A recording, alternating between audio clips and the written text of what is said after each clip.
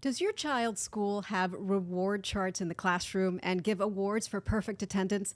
Probably so, but do these rewards work? Are they having the intended effect or the opposite? We're challenging traditional thinking and offering new approaches right now on Maggie and the Moms. It's time for Maggie and the Moms.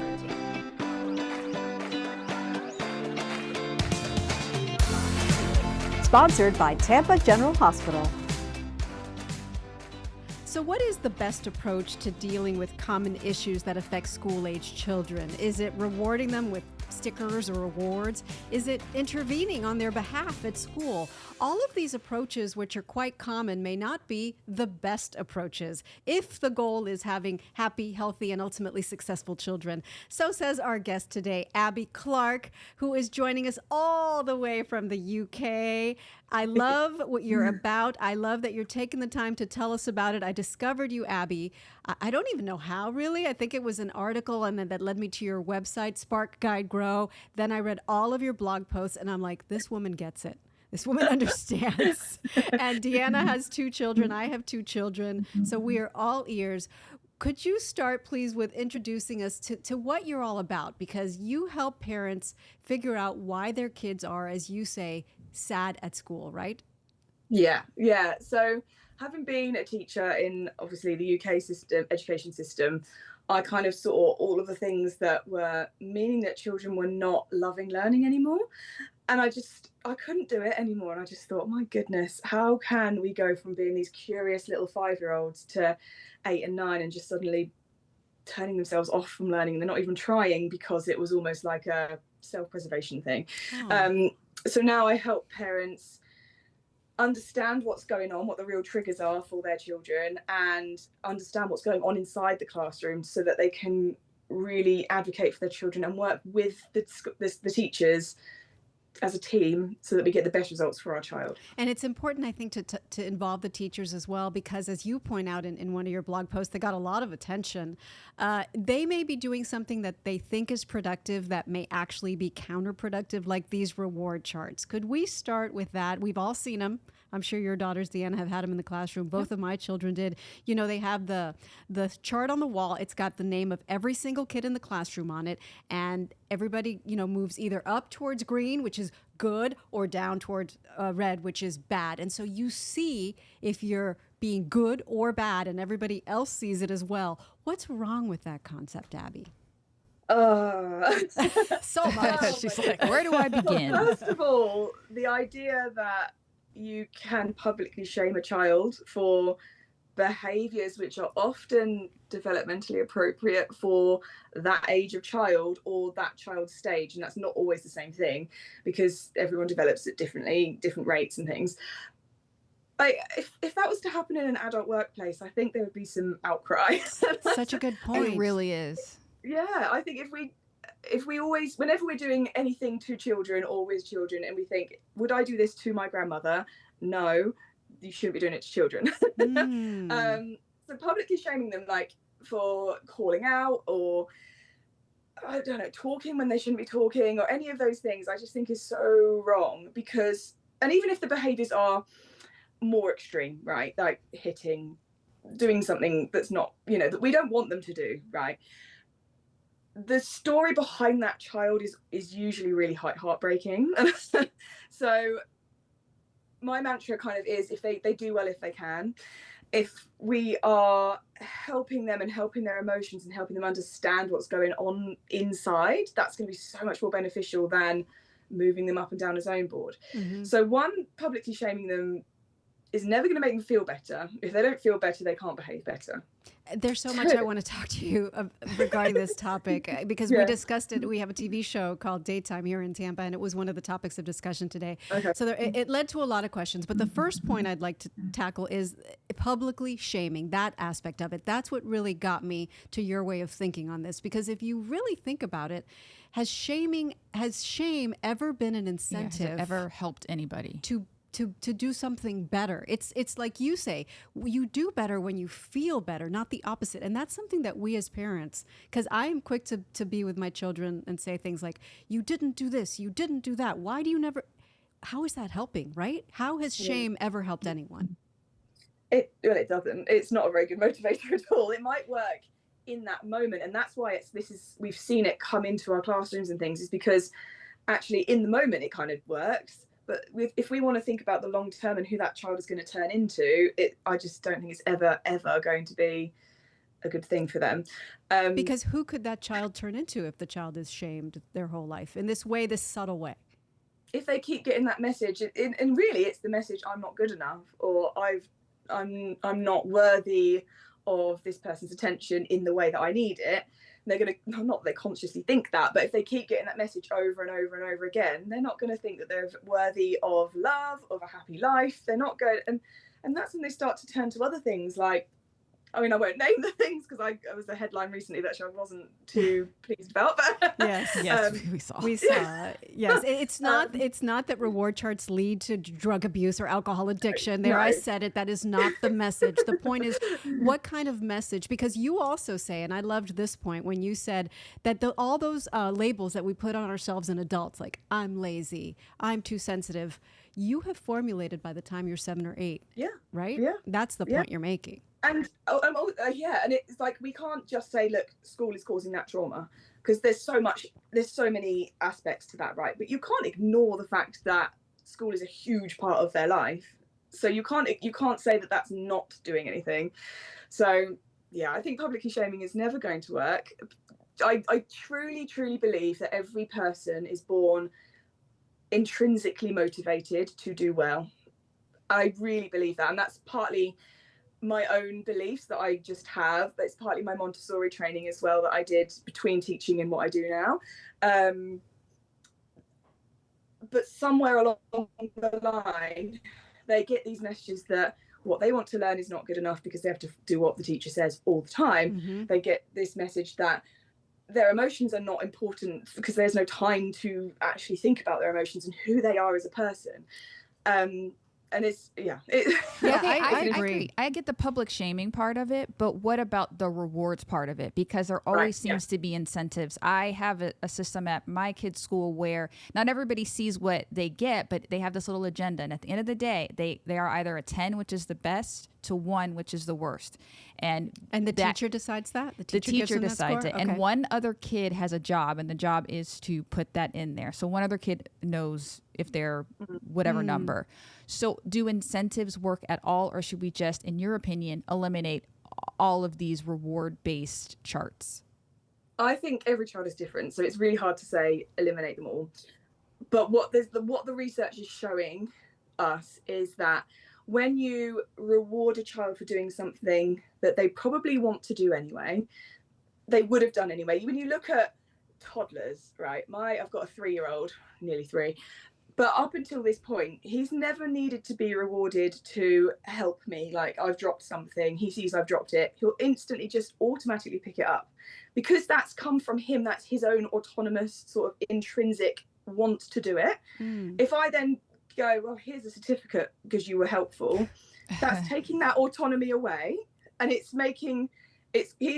not deciding whether he wants to do that or not. He's doing it for the reward.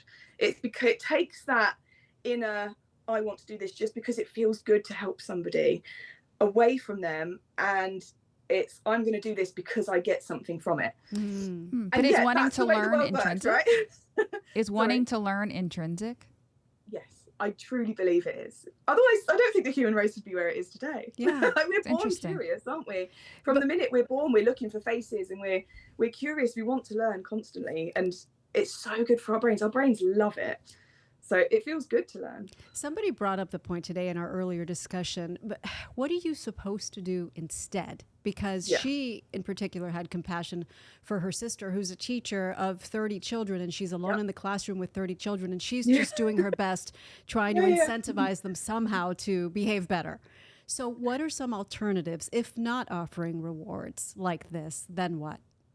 I believe that it's so hard because I think it's a whole society issue of, we care so much about the outcome of everything. Like, it seems that all we care about is test results.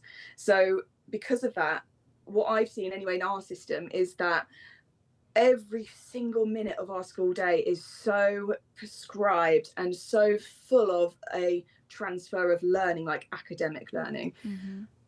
Whereas there is a hidden curriculum no matter what you do. So there is a time that, like, the children they spend a long time in school, so they learn how they are in the world, what their place is, what their connection is with other people. Right. They're not just learning math and science, they're learning that. Yeah.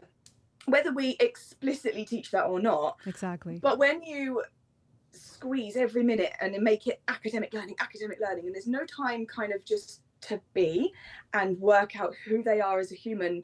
And yes, we have something called PSHE, which is personal, social, emotional lessons. We do have that, but I think that, again, that it needs to happen as a response to the things that are happening, rather than this is our lesson, we are going to learn about how to be a good friend. It needs to happen day to day, and not be like, we've got to go from this to this to this to this, because all that matters is that you get your results and you get your exams, because otherwise you won't get a good job. It's just, it's like that's messed up. Too uniform, too regimented. Yeah, we're so conditioned as adults and as parents. We're so conditioned because we've been through that system ourselves. Oh yeah. But it's all in the news. It's constant, like, school is the best place for them. And I'm thinking, like, some of the most incredible people in the world that have been successful were home educated. Yeah. So let's not feel every minute. I remember it was like every single minute. If I had a senior member of staff come in and I wasn't explicitly teaching them something, or they weren't sitting at their desks writing in books, and I taught 5-year-olds. Oh. And I had a lesson observation once that I did really badly, and because they didn't write in their books that lesson, I was like, but they learned so much because they were doing practical stuff. Gosh, that's true. So let's hope that more schools adopt that way of thinking. And also, as parents, when they get home from school, let us not bombard them with more of that at home, which is a tendency, because I want to make sure all their homework is done. I love what you're saying, and I'm going to take it home with me as a parent as well. We're going to take a quick break, but afterwards, I'd like to talk to you more about a parent's role in all of this. When should we speak up if our kids are suffering at school? That's right after the break.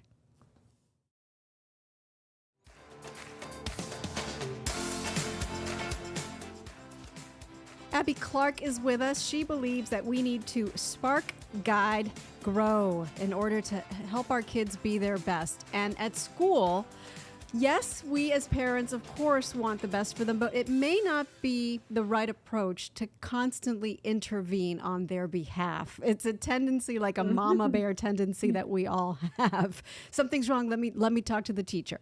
Okay, so many things that I want to unpack here. Number one, the whole talking to the teacher thing.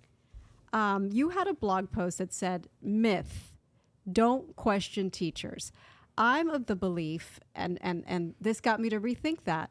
Whatever the teacher says, I'm like, you're right, you're right, you're right, you're right. I automatically assume my child is wrong about whatever it is. Can you speak to that?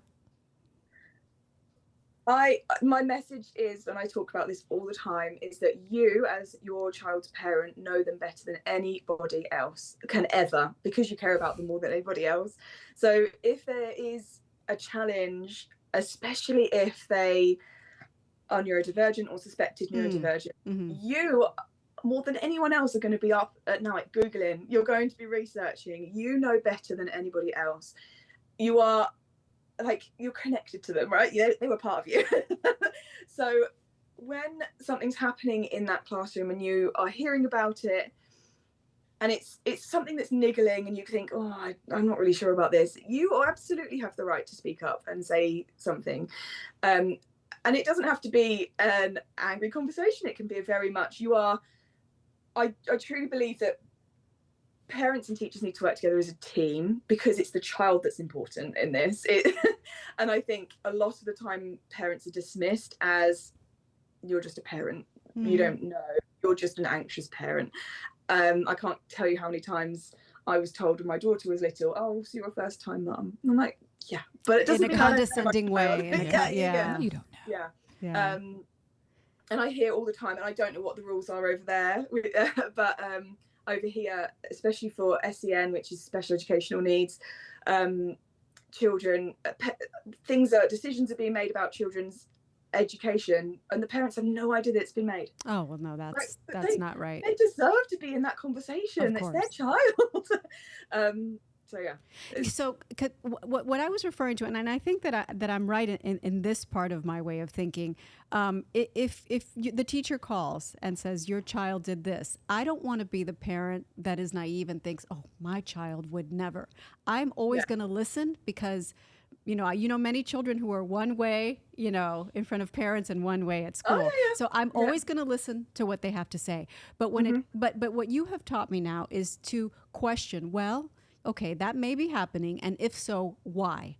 Right? Like if it's a behavior issue, well, why is my child potentially? Could there be something going on? And then taking that further and investigating the why of it. Well, yeah, all behavior is communication. And like, if we always go back to, they do well if they can, they do well if they can, and they do well if their environment is suitable for them and their relationships are. So I'm not saying we should never believe teachers, but I think that our children also have their version of events, and it's really hard because children do say things that are not true. We've all been there.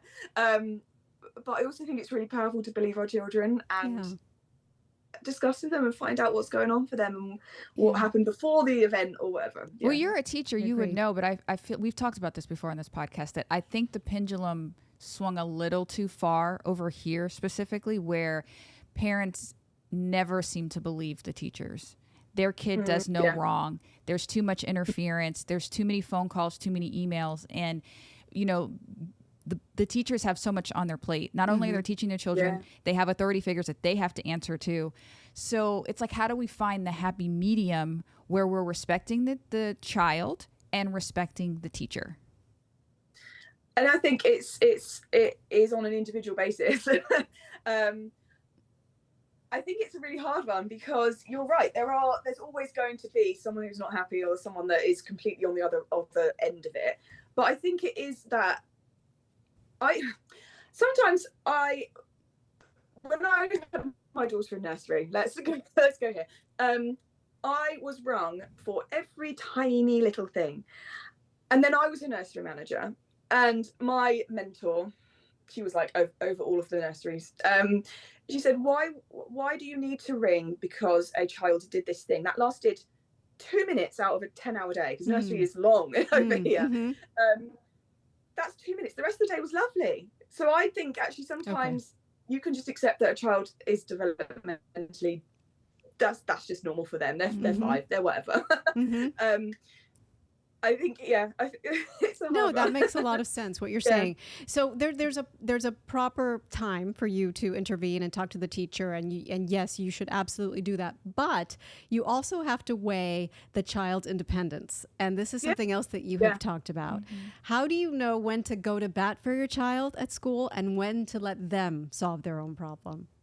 I think that really comes down to trusting yourself as a parent, and again, understanding their age and their stage. So they might be 9 and they might be old enough to, in lots of people's eyes, say to their teacher, I am struggling with the toilet rule, let's say.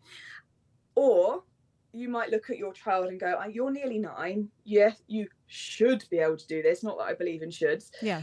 But developmentally, and do you feel safe in your nervous system to have that conversation with that adult because you've got a good enough connection with them? Don't know, maybe not. If they don't, then that is your job to say that thing. But that's a good question to ask your child. I love that. Yeah.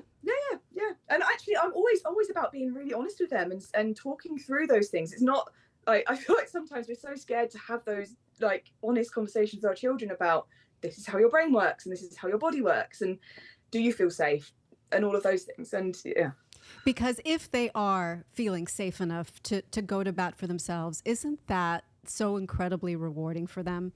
Like they always say, your job is to raise them so they don't need you, right? And and every little thing you can do. Parenting, isn't it? It is. All right, so we're going to take another quick break, Abby. But when we come back, understanding why our kids do and say the things that they do. We'll talk about that right after the break.